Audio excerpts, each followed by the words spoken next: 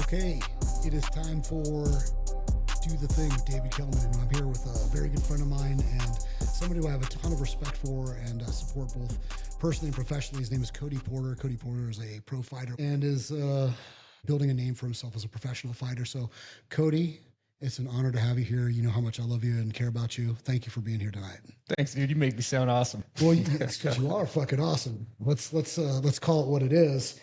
Cody, I wanted to just start off with tonight talking about the fight that you just had. I just want to touch on that and we'll come back to it. But the fight you went through it was a fight that I don't think a lot of people would understand. Not only having been into a fight like that, but just watching it, how it played out, the damage you did to that guy, the damage that you took on, and how the call was made. And, this was a war that just didn't go your way. So before we get into anything like really heavy, one thing I just wanted to talk to you about is the moment it was over, what it was like for you. Okay, which point? Like when the clock hits and it's over, or when we're back in the warm-up room again, what point do you want to hear about? So there's several times that it was like over. Yeah. Let's talk about before the call was made and the decision was made. What was that moment for you like then? I did not fucking win. That's what I thought. I'm like, there's no way I won that. I didn't feel like I won it. Unless I'm like completely just dominating, I never feel like I'm winning. Even I've had one other decision that I won unanimously, and I thought I was going to lose that. It's because unless I'm just dominating, I feel like I'm fucking losing. It's an interesting mindset. Walk me through that mindset. Why? I mean, I've watched you ragdoll black belts that come and visit our gym, and I know what you're capable of. Mm-hmm. Maybe it's just a winner mentality to believe that we're never doing enough. But why would you have thought that after that fight? Because for the rest of us that watched the fight, it certainly looked like maybe 1-1, and then you were certainly the aggressor in the third round. Why would you feel like you didn't win that fight? I think you said it perfectly. It's the competitive mindset. If I'm not just imposing my will completely how I want to with everything that I can, I feel like I'm losing. So it wasn't your normal pure display of dominance. Like in your first fight. Wasn't definitive. Yeah, like in that first fight, what was it, 1:42 with a heel hook submission? And I've gone back and I've watched tape on some of your fights as an amateur, and you're a finisher, bro. Right? I mean, this is what you set out to do. Is your mindset win and by strategy, or is it finish? Finish. And in that first round, you can watch, that's the first round. The first time I was ever actually feeling a guy out.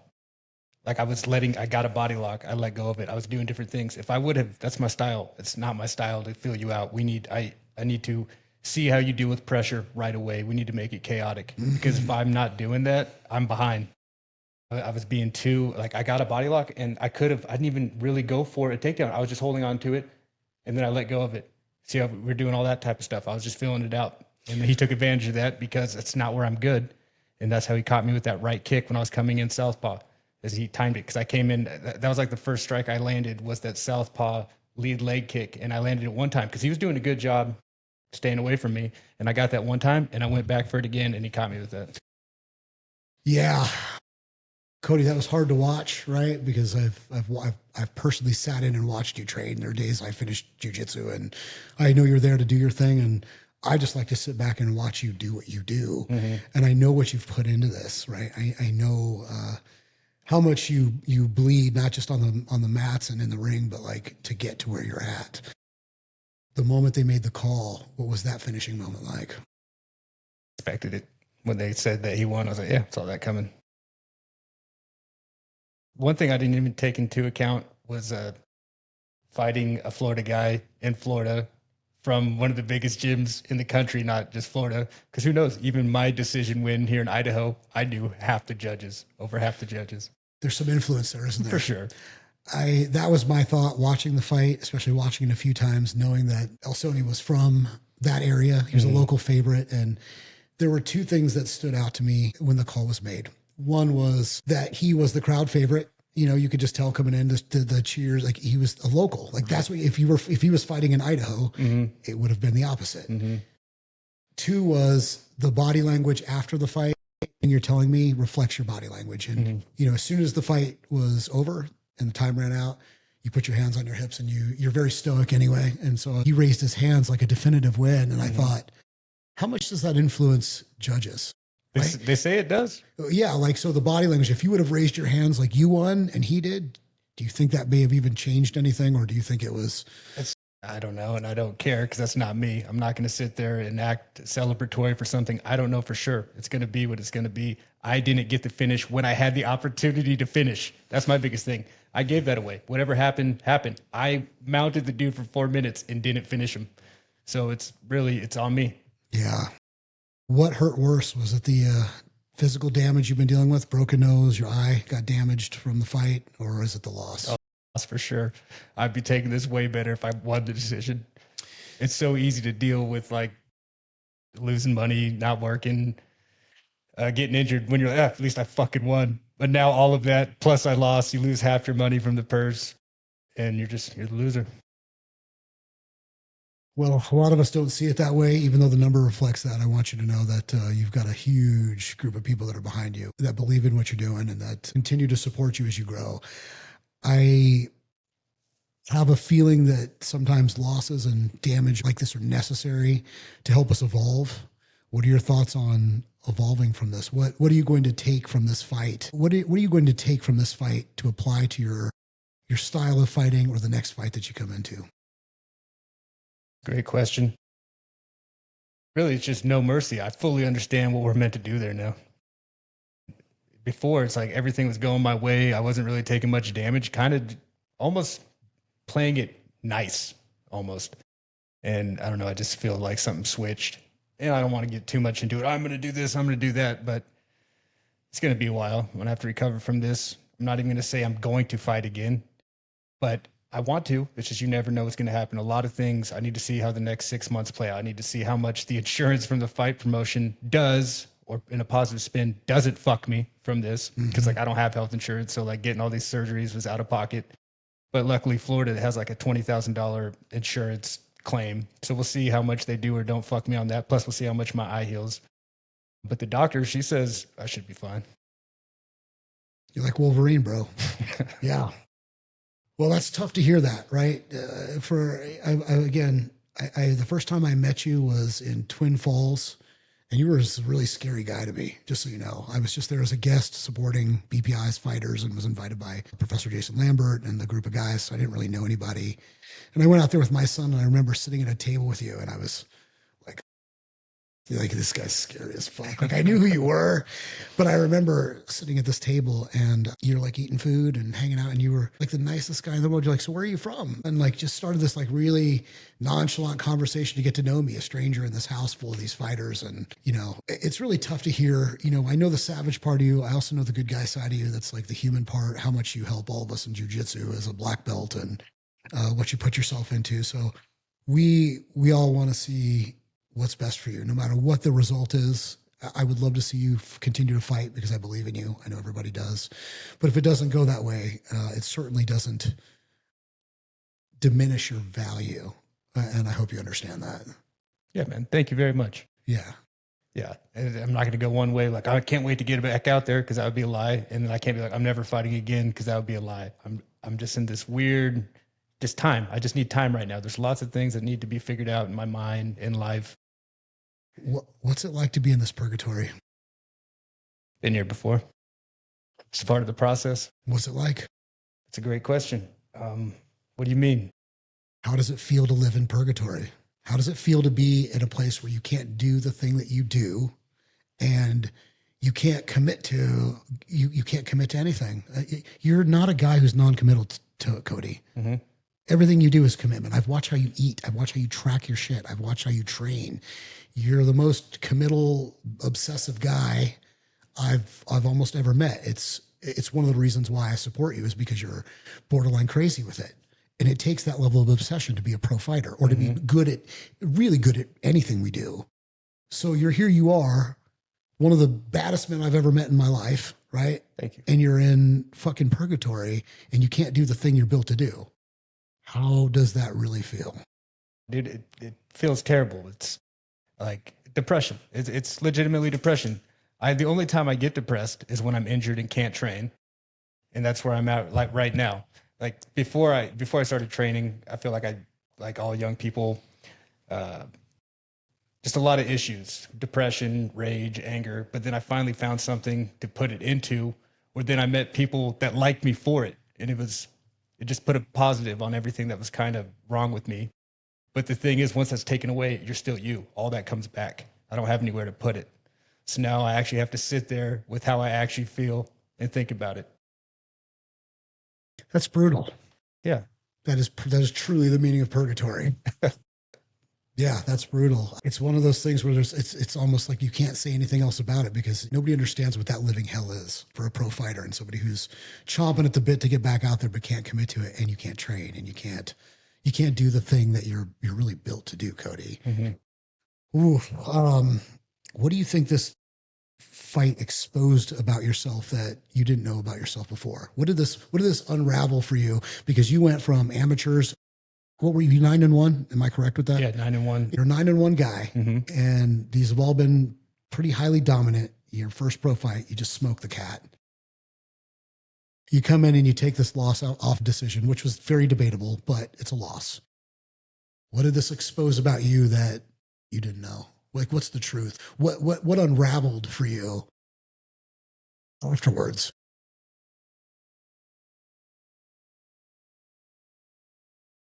Think about it. One, that even half unconscious with one eye, I'm trying to fucking kill you as hard as I can. It may look a little different, but I'm still trying the entire time. And now I'm going to try and do that from the first fucking second. From like, it was always my intention. It's like, but I didn't quite understand what it felt to be in that type of predicament. I haven't been in that much trouble and then had to come back from it, almost win. So it made me realize that I can do that before things go wrong. Well, you beat the fuck out of Elsoni in round 2. It was clear domination from taking his back, the body triangle and just dropping elbows on him. Like, I think he was trying to control one of your arms and it was like pointless. I don't know what he was doing, but it was clearly a dominant win. Going from amateur to pro, do the brighter lights make any difference?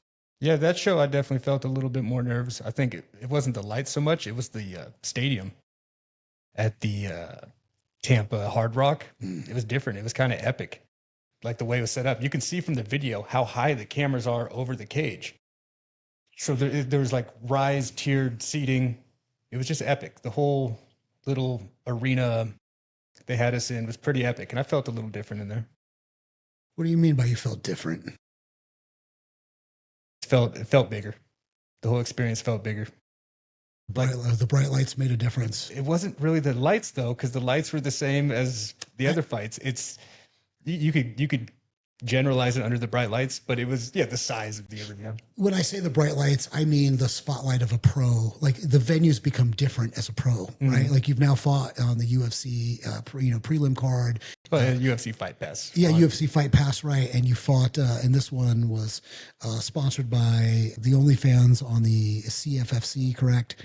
So when I say bright lights, I'm being figurative, or saying it's like from the little show to the big show. Right, you're now, as a pro fighter, there's a bigger spotlight on you. I think maybe, is there more weight that you're carrying as a pro fighter? Does that affect you? Did that have any effect on this fight, or were you walking into this as the guy who just smoked another pro fighter in 1:42 with a heel hook? I'm a big proponent, believer in you fight how you train. And dude, unfortunately, this camp, I was compensating for something for like almost 10 weeks. So like, my calf got smoked 10 weeks out. So there was 5 weeks I couldn't really work on movement, and I was working a lot of punches. Then since I was working so many punches, I started like straining my elbows. So then I couldn't really train punches the last couple weeks. And then I was just doing kicks. So I fought exactly how I trained. Because I do watch you and I'm at the gym a lot, I remember asking you about some of these things because I would see you taping up or working on something, or you had to avoid any calf kicks for yourself. I remember asking you, how do you approach this? And you're like, you just adapt. Like, but it isn't that easy, is it? I mean, I still almost made it work. Well, again, I think if most people watched that fight and had to pick a winner, Cody, I think most rational people would say you won that fight. Well, thank you. Well, this isn't blowing smoke, bro. The first round could easily have been called for Elsoni for the head kick, right? Like you went low, he went high, caught you, whether it was off guard or otherwise. The second round was not. He got one good kick in the first round, and yeah, it rocked you, and it looked like you took a toe in the eye. But the second round was undeniable proof of domination. Like you beat the tar out of that guy. There's twice the ref came in, was telling Blue, you got to keep moving. Twice, Blue, you got to keep moving, and he was doing just enough to stay in the game. So it was almost called. So I didn't know that. The ref came up twice. He's like, Blue, you got to keep moving. Blue, you got to keep moving. And then when he rolled away from me and went belly down, covering his head. So then this gets to the sport aspect. It's not a fight anymore, because if it was a fight, I just start dropping elbows to the back of your head and it's over. But then now I have to consciously think, while I'm coming back from a head kick, I have this dude down, I mounted him, I'm throwing elbows. He's avoiding me by going belly down, exposing the back of his head, but I can't, I got to think, how do I hit around that? And then he rolls back to you. So just all that. Was there a moment in the Elsoni fight that you realized that this was different for you than any other fight you've had? Or was it just another fight? It just didn't have the turnout was different. Yeah, just another fight. Just another fight. Every camp has its hang-ups and issues. This one just had fucking lingering ones that lasted almost the entire camp. Like with my elbows, I wasn't squeezing. I wasn't holding on to headlocks like I usually do. I wasn't able to squeeze or naked chokes, because I was saving my elbows for the fight. Yeah.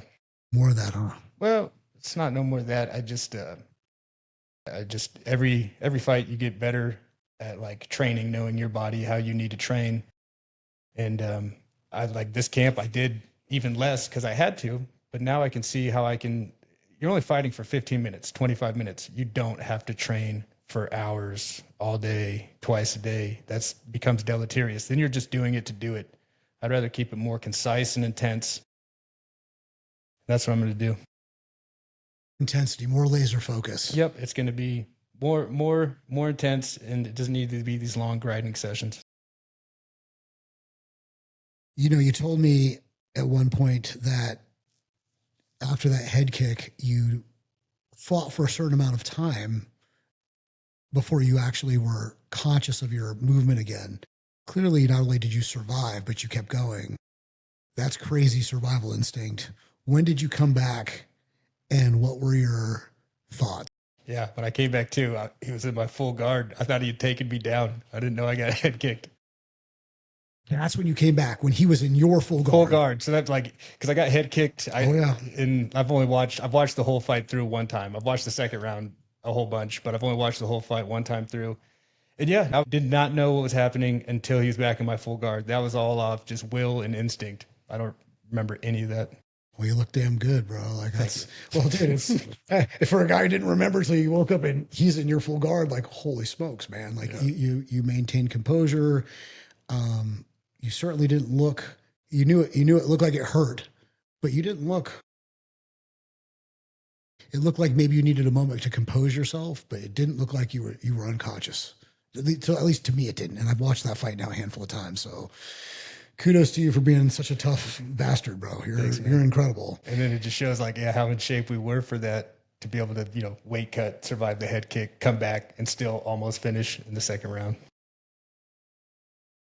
Now that fight's over and you've taken this loss, unfortunately, do you see yourself any differently than you did before? Of course I do. I know that even when everything is against me and I'm out of my mind, half unconscious, I'm still trying to kill you. So even when I'm not there, that's what I'm trying to do.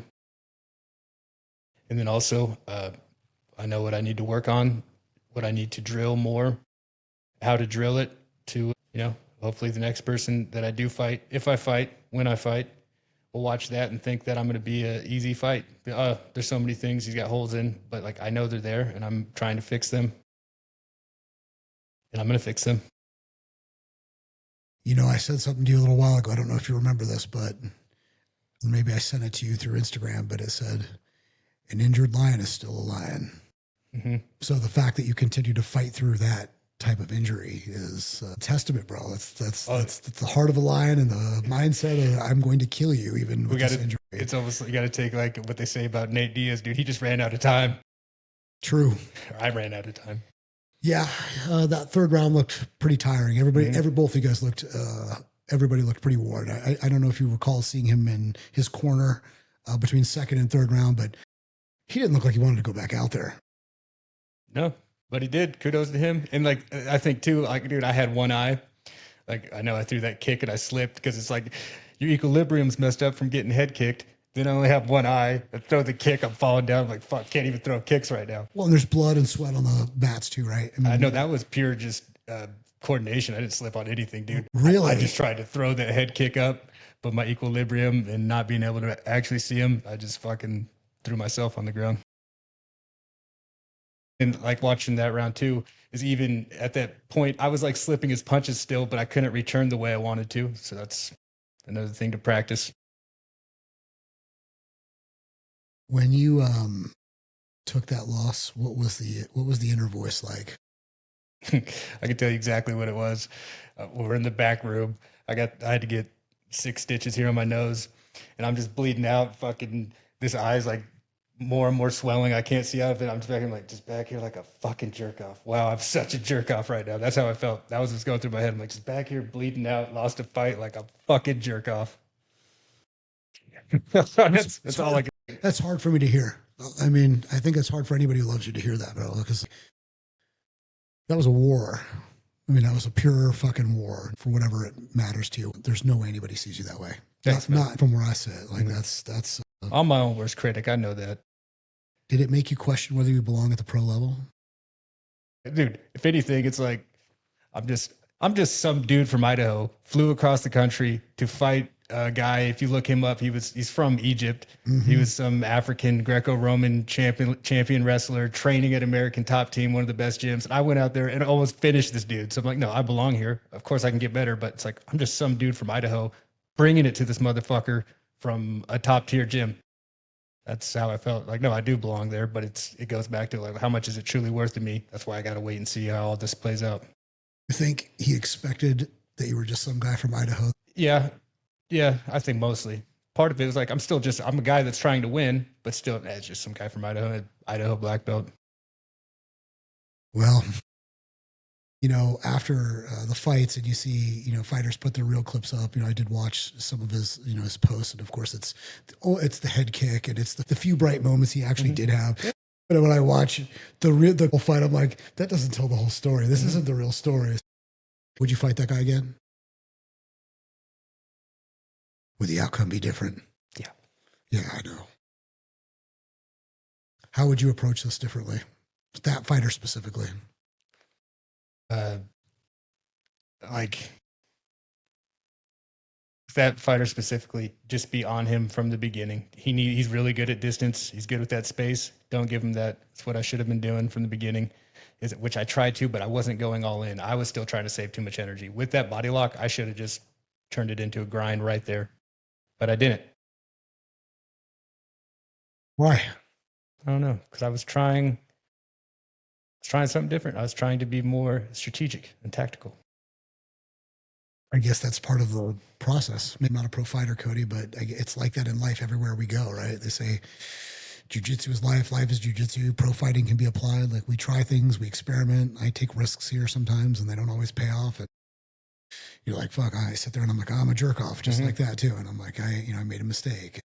I think too, I was in my head respecting his wrestling too much, which I shouldn't have. Yeah. I think he did a great job with distance management. Way more than I expected. That's what I've noticed. The jump between amateur and pro is so another way how I got to change how I train is at pro, these guys know enough to know that they can't just stay right in front of me. They kind of got to run away and do a bunch of movement on me like I do to them.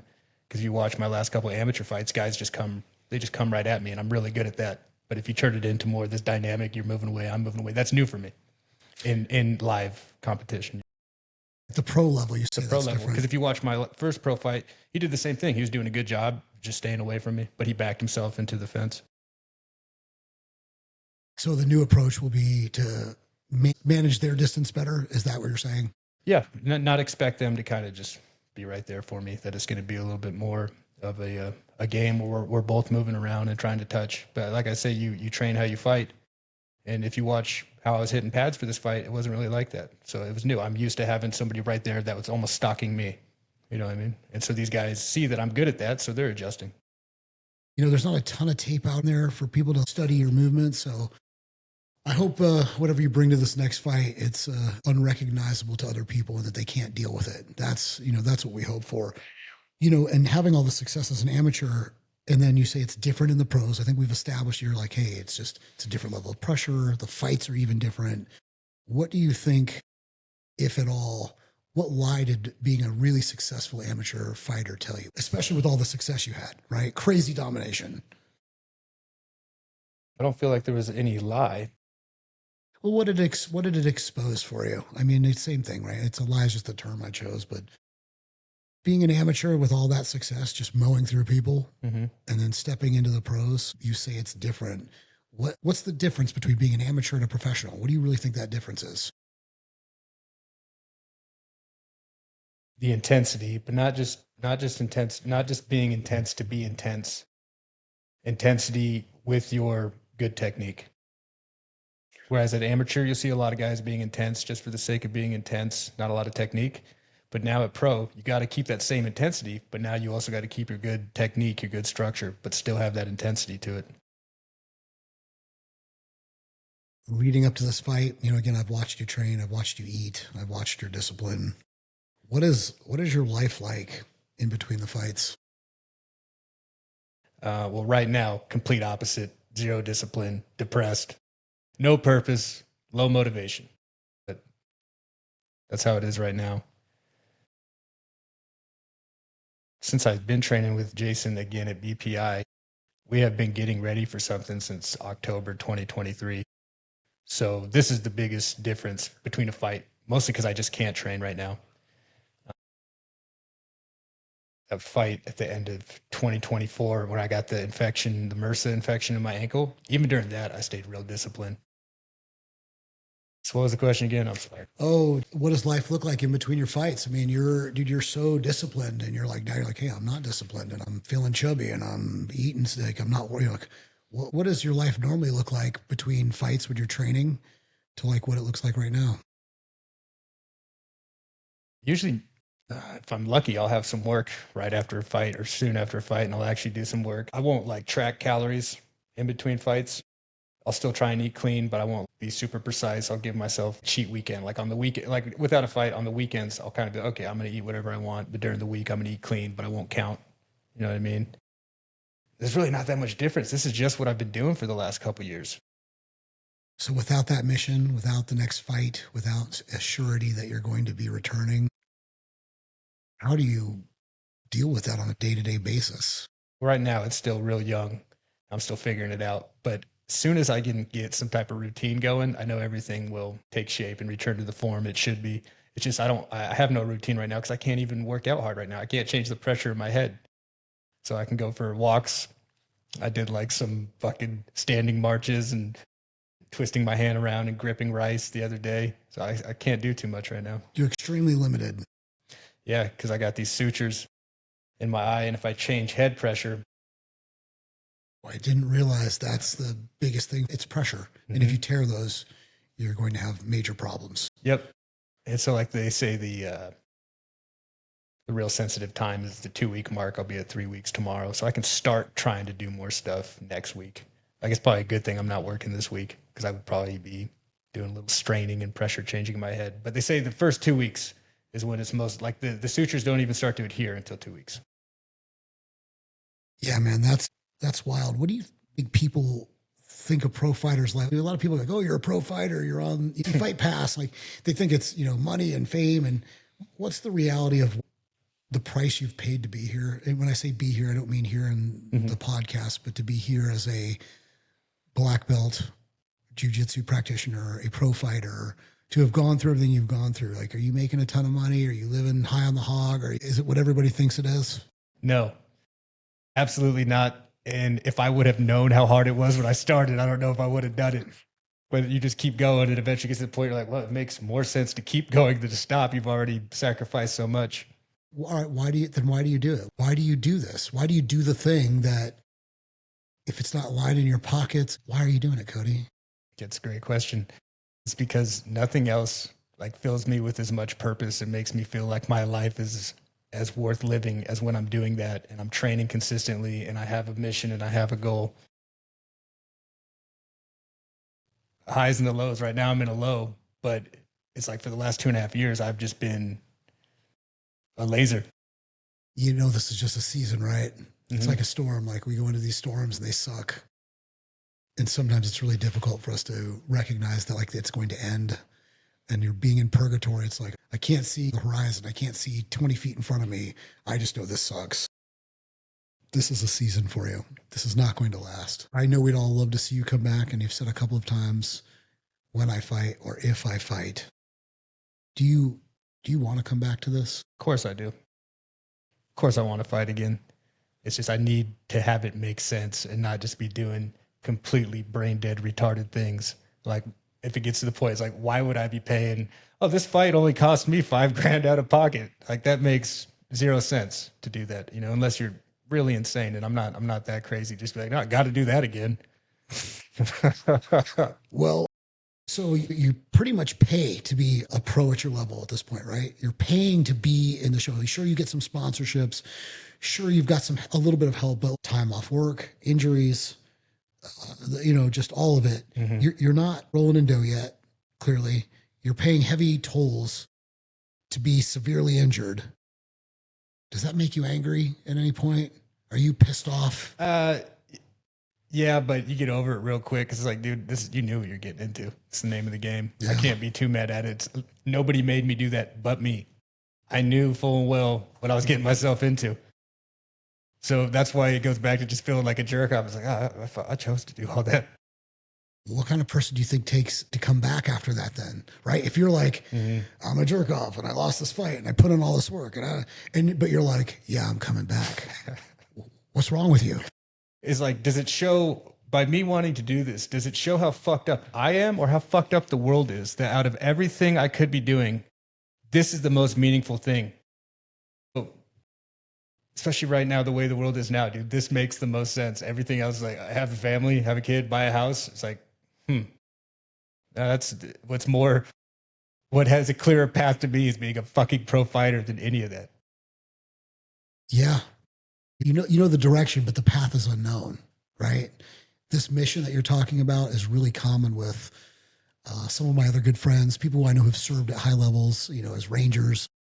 Greg Anderson, who wrote this book over here, This Courage Through Adversity, he's a great example of that. He's getting ready to row from Seattle to Maui with like 3 other dudes, no assistance, no motors.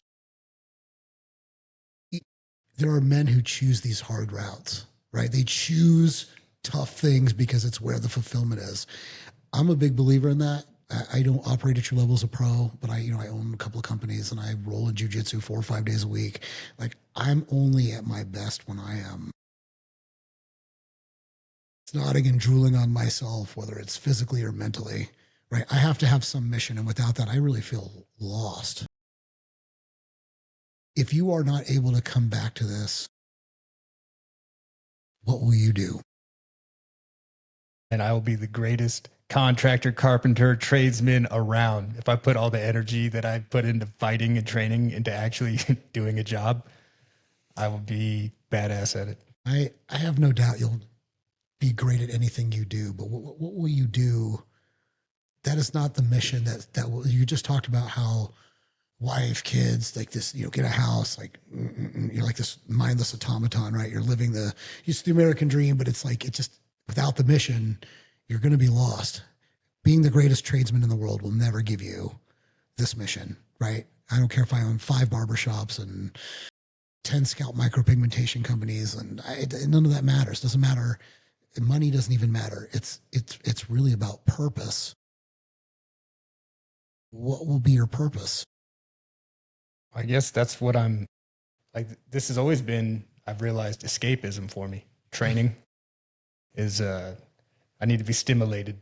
And if I'm not stimulated by training, I'll find other ways. So it's definitely escapism for me. And if I didn't have that, I think I would just go nuts into like the trade or something. I would become, explain it. You'd become obsessed about that, and it'd be your thing. You know, it's escapism.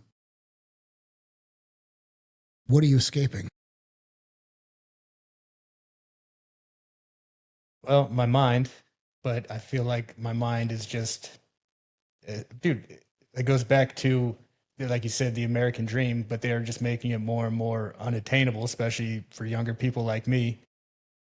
And I'm trying to escape the reality that they tell you life is. Because with all the training and the aggression and wanting to fight, it's like with this whole mentality, dude, a couple hundred years ago, I'd already be dead and a legend of my village. I wouldn't have to worry about any of this. Cody, a couple hundred years ago, guys like you and Jason would have been training gladiators in the Colosseum, or you would have been riding horses and shoving spears in people's necks. You're built for war, sir. Like that's what you do. You, Jason, a good handful of these other savages that I've met, you are quite the paradox, right? You're a really kind-hearted, a great mentor, great coach. You know, really friendly and like warm as a human being that I've gotten to know, and you're also capable of killing people. And I don't think you'd lose any sleep over it. I think you're built that way. That's why the American dream doesn't, give you a boner. You're just like, hey, it sounds good, but you're built for war. Most men should be. Most men should be built for war. So you take that out of the equation, and that's where I wonder where does Cody Porter go? Where does his mind go without? I don't know. That's a great question. Because even as a little kid, dude, I read all the war memoirs. I wanted to be in the military. That's when I started training. I tried to join the army. It was during the Obama administration, and they were downsizing. So of course, I had juvenile criminal offenses, and they weren't doing any waivers for that. Holy smokes, dude! Are you at war with others in like the sport aspect and the violence because you're at war with yourself in some way? What do you mean at war with? Are you at war? Do you go to war with others because you're at war with yourself? So oftentimes, a lot of the fighters that I know,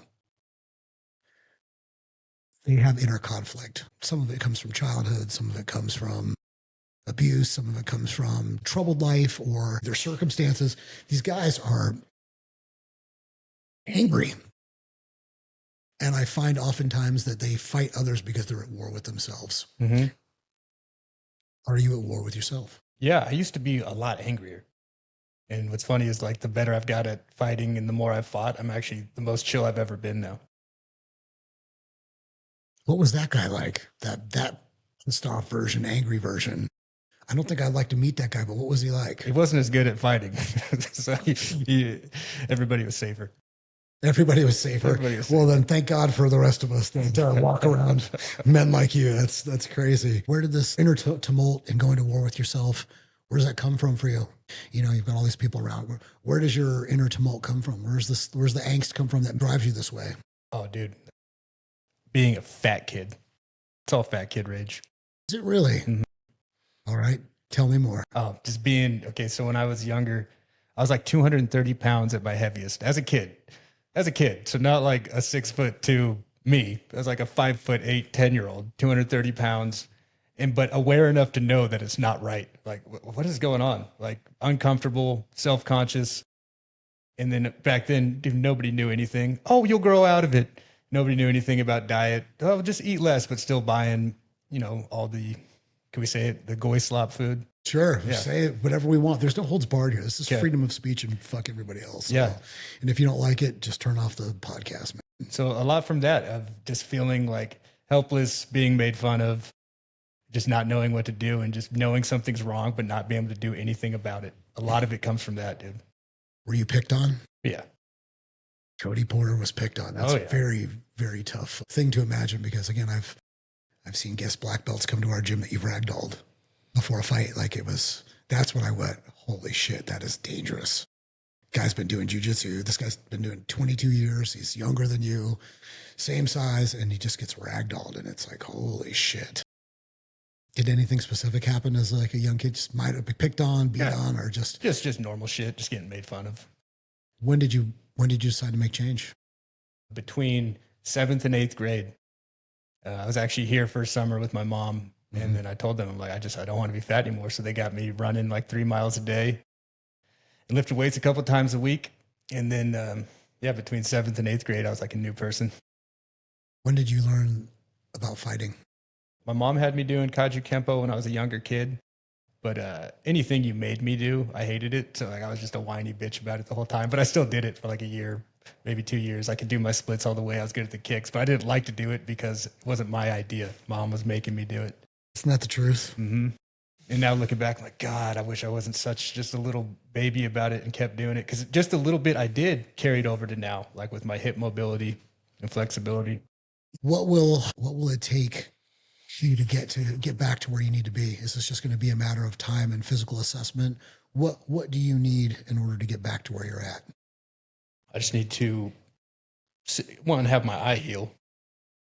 Fully have that healed, probably get another little laser surgery in there to reinforce it. I need to make sure that I'm just not being brain dead retarded and blowing thousands of dollars to do a fight. See if I actually get covered for the out of pocket stuff by the fight promotions insurance. That's really my big thing that's holding me up is like just how much my eye does recover. I'm sure it's going to recover fine. And then seeing how much I do or don't get fucked by insurance because I need it to make sense. I can't just go out there and be, I'm going to keep doing this, even though the last one left me $5+ grand in the hole to get injured. That just doesn't make sense, you know? Nothing makes sense, bro. Mm-hmm. I mean, everything we do is a certain amount of risk, but in 100 years, Cody, you and I are dead and gone. And if you even have kids, if you decide to have kids, your kids might remember you. Your grandchildren may remember some of you. There'll be some digital blips about you on the internet somewhere, depending on what happens with that. And so I would say take as much risk as reasonably possible, right? Prudent. Because in 100 years, it doesn't matter if you made the mistake. It doesn't matter if you lost money. It doesn't matter if you went broke trying to do the one thing that made you happy or that gave you the mission. You know, we certainly try to offer you a level of support here so that you can continue down this path, and we'll continue to do that. But again, I'm not a pro fighter, and my eye socket isn't all jacked up, and my nose isn't broken, so it's easy for me to sit in my comfy chair over here and tell you, keep going, buddy. But like, I don't want you to have blind in one eye, but at the same time, like, life will be the result of our traumas, physically, spiritually, emotionally, and that you're going to end up in an old man's body someday, and then you'll be gone, and the world will keep spinning. So, what do you want the world to remember about you? I don't know. And honestly, I don't really care what it remembers about me. No legacy. Yeah. Then why do you do what you do?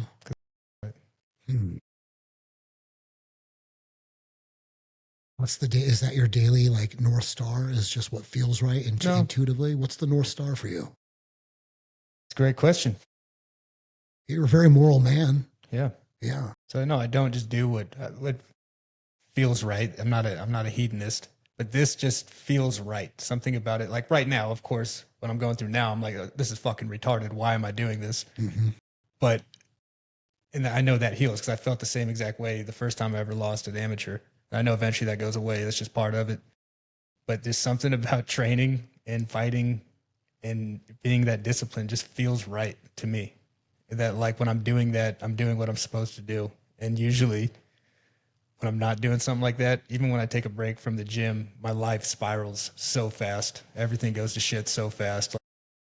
I don't want to. Dude, to me, my life is so much like Fight Club. It's like if I don't go to the gym and train, it's like I don't know when to shower, cut my nails.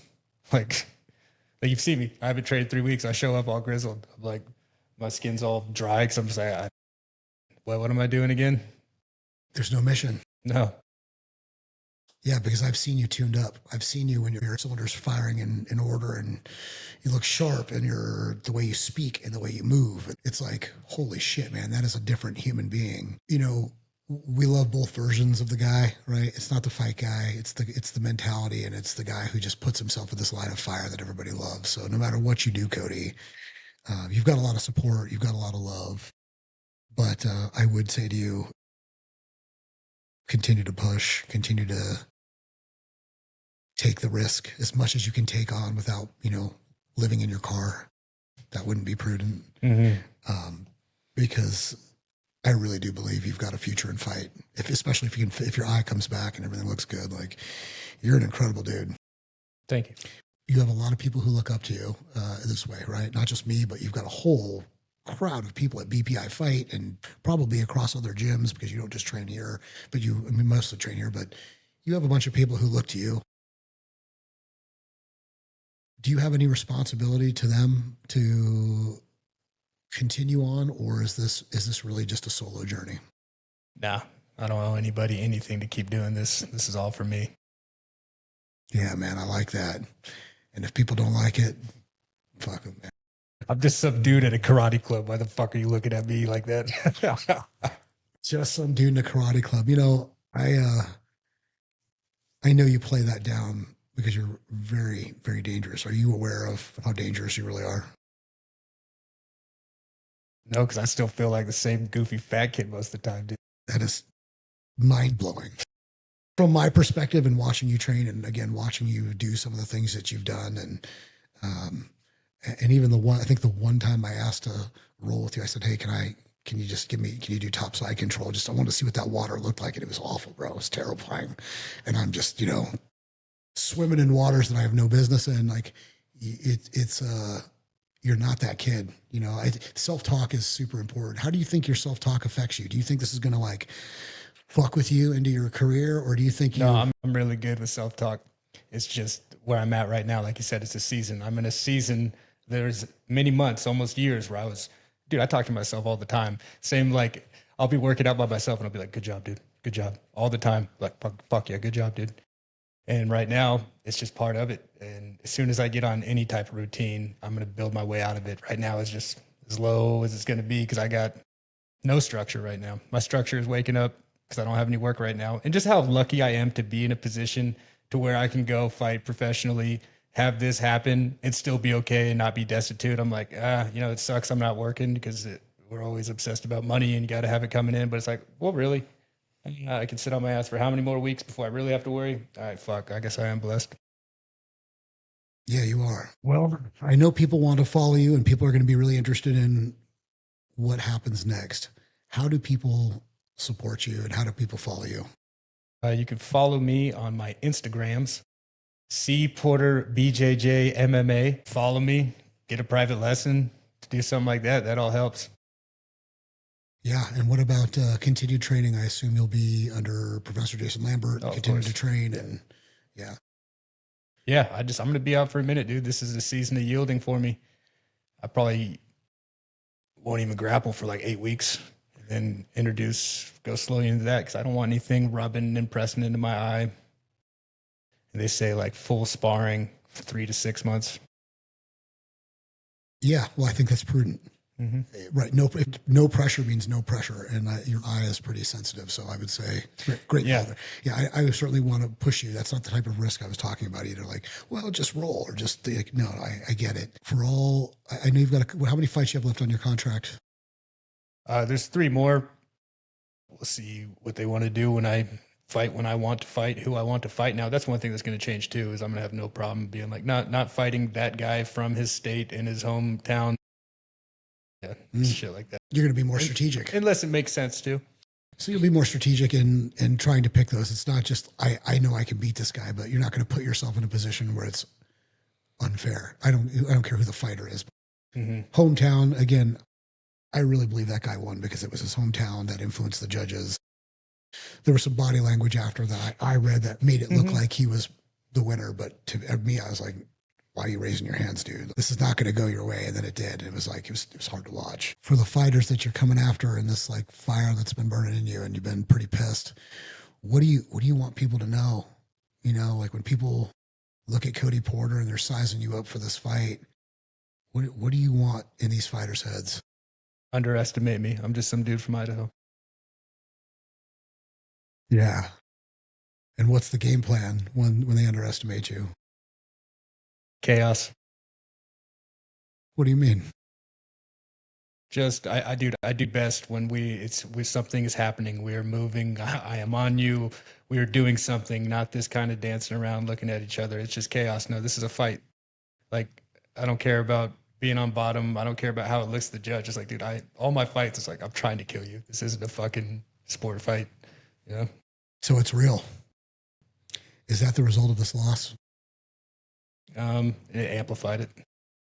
Again, I think it was necessary. I think it's a necessary part of your evolution. I don't love it on the record, as you do not. Nobody probably hates it more than you do. But sometimes these things are necessary to grow. Do you agree? Yeah, dude, it's part of it. There's two of us. One of us had to lose. It was a split decision. It was me. Have you accepted this yet? Oh yeah, absolutely. I've accepted all of it. I've even accepted the possibility that I couldn't fight again. Like, dude, I've had so many times where just like the injuries, like having the MRSA infection in my ankle, almost getting my foot cut off like a year and a half ago. I've had so many times where it's like, oh God, I don't even know if I'll be able to do this anymore. How many times doctors telling you, oh, you probably shouldn't do that anymore, telling you you're not gonna be able to do that anymore. To where it sucks. There's like a little adjustment phase, but I've had it happen so many times that I am not fighting. It's just something I do. And without it, I'm still me. It's just something I'm doing right now. And I know I won't be able to do it forever. And so I know that's why I'm not going to outright say, oh, I'm never doing that again. It's because who knows how in 3 months I might be like, dude, I'm ready. I got it. I got to fucking, okay, I need to fight. I need a mission. Like, I know how I am. You know, right now I'm like enjoying it. Like, no, I am going to just play video games and do nothing for a couple weeks. And then in 3 months, when I get back on a good routine, I'm like, oh, dude, I need to go. I need to go elbow somebody in the fucking head. I need to get out there and show them I can still do that. So you losing a fight, really, we could use this as a metaphor for anybody. We all take losses, right? I've had losses in my life, personally, professionally, spiritually. What would you say to other men who are experiencing these type of significant losses in their life, as far as how to get through it and how to bounce back? A pro fighter's perspective is going to be different, right? The price you paid to be there. So I want you to really think about that. All the price you've paid to get to the point where you took an L. How would you tell men to come back from a loss in their life, no matter what type of loss it is? What would you do? Action. Just do something. Like, that's the hardest part is getting over the pity party and doing nothing. As soon as you start doing things, it all gets better. It all works out. It all starts making sense. And that's what's hard for me right now. Is I can't do shit, dude. So that's part of like what I needed to learn here is like, no, you can't do nothing now. You have to sit here and deal with it and see how you are when nothing's going the way you want it to. You don't have work. You can't train. So you take a loss and you can't take action. How do you deal with that? Yeah, that's almost what this lesson was. So how would you tell others to deal with that? Writing really helped me. It's like I write down everything I'm fucking worried about, what could happen, what I want to happen, what then would be the best, secondary, tertiary option. And that helps me a lot. Is like writing, I feel like, is the first step into making something physical, because now it's physical. Something that was in your mind is now on a piece of paper that's physical in the world. And for me, like, it's been the first step for me doing a lot of things, is just actually making it physical by writing it. All that manifestation? It's like a step of it. Like, I'm not super into manifestation. I think manifestation happens when you're just working hard and dialed in. I don't think you can't just sit there and manifest something, but you can work your ass off to make something happen. Here you get, like that saying.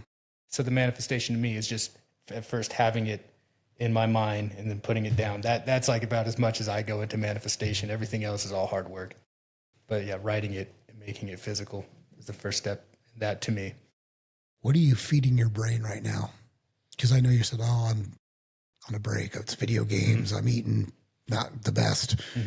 What are you feeding your brain right now? Oh, I've been off Instagram for like over. But you're not feeding your brain as well. I removed the app because that's not doing me any good right now. But feeding my brain right now, dude, I'm feeding it a lot of Sopranos, a lot of Sopranos and a lot of Resident Evil right now. I guess you have to get through that portion to get to the point, because I know what you normally feed your brain, and it's because you send me stuff that comes through your algorithm, and everything I've ever seen come through your algorithm has to do with like being a champion mindset, right? Being in that champion mindset and being a winner. You're not a guy who would ever send me something from video games or like a Sopranos meme. I laugh at jujitsu memes and I send that shit back and forth like Jason Lambert and Nick and all the guys we roll with. But I would never send that to you because I'm like, I don't put that junk food in your brain, and I know you don't digest it well, and you're currently you're eating it. You're currently eating it. What's it going to take for you to like decide to start feeding yourself? Dude, it's going to keep going back to the second I can actually get a routine going, any type of routine, it's going to take me right out of it because I don't do well with no routine. This is what happens is I become just your regular blob, dude. I just fucking play video games and watch TV. And it's not because that's what I want to do. It's because I can't do anything else. That's got to be hard. Men need a routine. I agree with that one. Finally just started to accept it. I'm like, you know what? Maybe let me just accept and kind of almost be appreciative that this is just so much of the opposite of what I've been doing for the last couple of years. Crazy juxtaposition, isn't it? Right? Champion training till sitting on the couch and vegging out with some video games or watching a show for all day. All day. Holy shit. Holy Dude, smokes, bro. like today, like I had to, it's funny how quickly the time went knowing I had a podcast with you today because I haven't had to do anything. Yeah. So I started playing Resident Evil 8.